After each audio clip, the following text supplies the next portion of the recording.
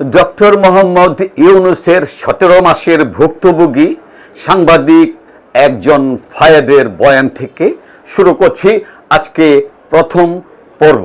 তিনি তার ফেসবুক পেজে অভিযোগে বলেন, 2025-এর জানুয়ারির এক রাতে সিনিয়র সাংবাদিক ফাহাদের বাড়িতে জামাত, শিবির ও এনসিপির একদল মব হাজির হয়েছিল। তাকে না পেয়ে তার বাবা মাকে হেনস্থা করতে চেয়েছিল গুণধররা। থানায় জিডি করে আরো বিভিন্ন কেচ্ছা কাহিনী করে সেই বিপদ থেকে উদ্ধার পান এই সাংবাদিক পরিবার।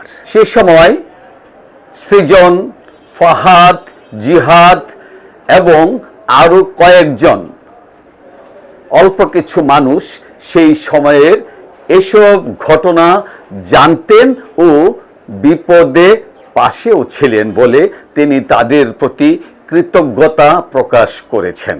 বেশিরভাগ মানুষই জানেন না বিস্তারিত কি হয়েছে তখন।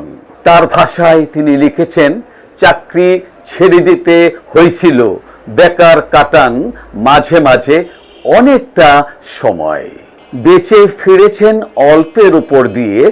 এমনও অনেক নিরপরাধ মানুষ আছেন যারা জেল খেটেছেন, হামলা মামলার শিকার হয়ে বেড়াচ্ছেন, এমনকি অনেকে প্রাণও হারিয়েছেন। গত 1.5 বছরের বেশি সময় ধরে চলা ইউনূসের শাসন আমলে এরকম অসংখ্য পরিবার অনেক কিছু হারিয়ে এখন ফুঁসছে। নির্বাচনের পর বিএনপি ক্ষমতায় পাওয়ায় এরকম অনেক রাগের বহিঃপ্রকাশ দেখা যাচ্ছে সামাজিক যোগাযোগ মাধ্যমের কল্যাণে।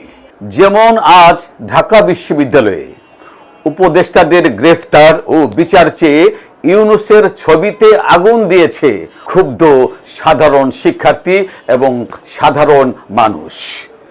এই পুরো সময়টা সেফলি পার করা কিছু মানুষও ছিলেন যাদের দৈবক্রমে কোনো ঝামেলা স্পর্শ করেনি।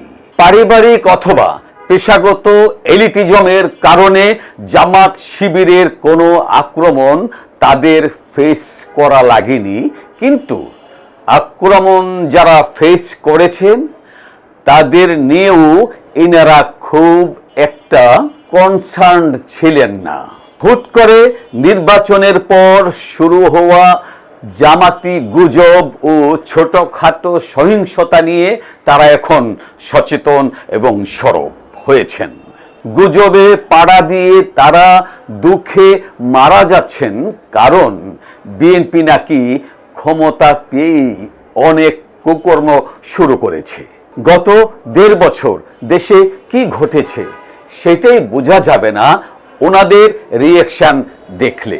আপনারা যারা ডলারও খান নাই দাবি করেন, আবার গুজবেও তাল দেন, আবার নিরপেক্ষ সাধারণ জনগণ হিসেবে নিজেকে দাবি করেন, আপনাদেরও আগুন একদিন স্পর্শ করবে।